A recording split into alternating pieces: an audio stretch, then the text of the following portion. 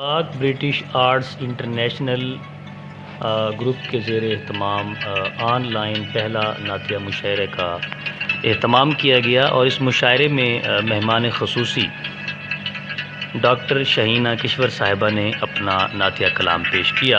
آپ لکھتی ہیں: سرور کونین شان آپ کی ہیں بے مثال، آپ کا ذکر مبارک دو جہاں میں لا زوال، مرحبا یا مصطفیٰ اے ختم نبوت کے امین، آپ کی مدح ثنا قرآن کا ایک جمال۔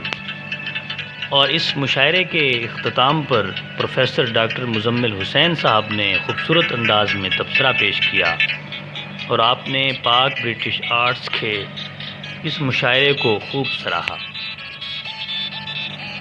اور اس کے ساتھ کلام پیش کیا محترم خادم حسین مخفی صاحب نے۔ آپ لکھتے ہیں: غلامی رسول ہی ہے زندگی کا مدعا، ہے زندگی عبث نہ ہو جس میں عشق مصطفیٰ، نبی کا نام آئے اور میں نعت نہ پڑھوں، میری حیات میں کبھی نہ لائے ایسا پل خدا۔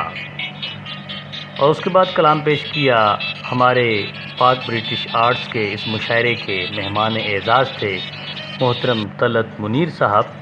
آپ لکھتے ہیں جاہلوں کے قلب پہ مہریں لگی ہوئی، اتنی سی بات بچپنے سے جانتا ہوں میں، کھڑکی کھلی ہوئی ہے میرے شہر حلم کی، آنکھوں سے جو نہاں ہے وہ دیکھتا ہوں میں۔